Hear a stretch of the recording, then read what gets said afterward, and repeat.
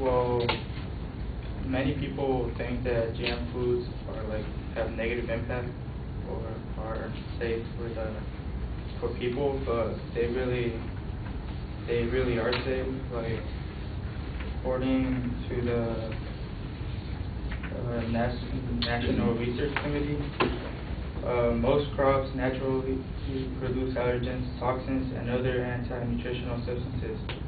This is from greatest to least hazardous by their probabilities to cause and adhere adverse health effects as pathogenic microorganisms, nutrient imbalances, toxins, environmental and industrial chemicals, food and food additives, and foods associated with genetic modification. So basically what this is saying is that GM food is like basically the lowest in their list for danger.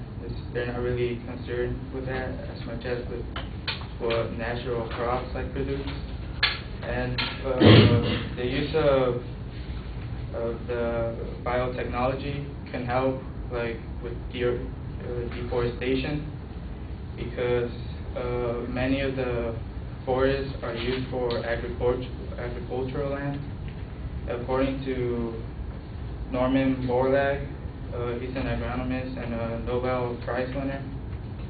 It took some 10,000 years to expand fruit production to the current level of about 5 billion tons per year. By 2025, we will have nearly double current production again. This cannot be done unless farmers have access to new biotechnology breakthroughs that can increase the yield, dependability, and nutritional quality of our basic food. The FDA currently has standards for the food. Well, it focuses on if GM food is the same as regular food or like natural food, then it does not have to be labeled, but if it's not the same, it must be labeled. And on May 2007, 1998, the FDA was sued over the traditional policy of the sale of GM food by the Alliance for, this was the case, Alliance for Biointegrity versus Shalala. The group claimed that the FDA's refusal to require labeling and safety testing raises health and environmental concerns and makes it difficult to comply with religious dietary laws. The suit stated that the FDA is permitting unpredictable changes to the characteristics of certain foods, which may be difficult for consumers to detect. On August 7, 1998, the U.S. District Court for the District of Columbia dismissed it because charges can occur in all foods, and in September 29, 2000, the court accepted the FDA's views on labeling. The labeling of GM foods it's also not very necessary because the public's not very aware of what they're eating. They're not sure. Like currently, like most of the consumers do not realize that 60% of their food is GM, and the labeling would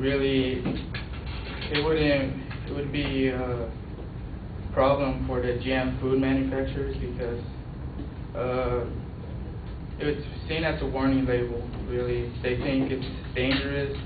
The consumers will think it's dangerous and will not really buy it. Like in England, when the mandatory labeling was required, the food there was the GM food was called Frankenstein food, and really the consumers didn't buy it. So it would really be negative for the GM manufacturers' businesses.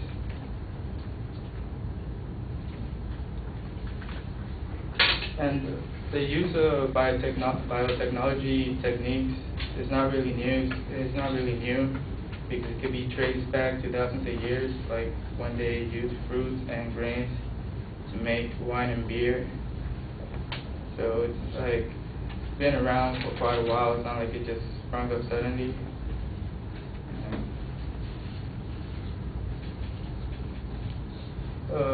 If the FDA were to have mandate the labeling of GM products, it would have to undertake the task of educating the public, and that education would be financially taxing.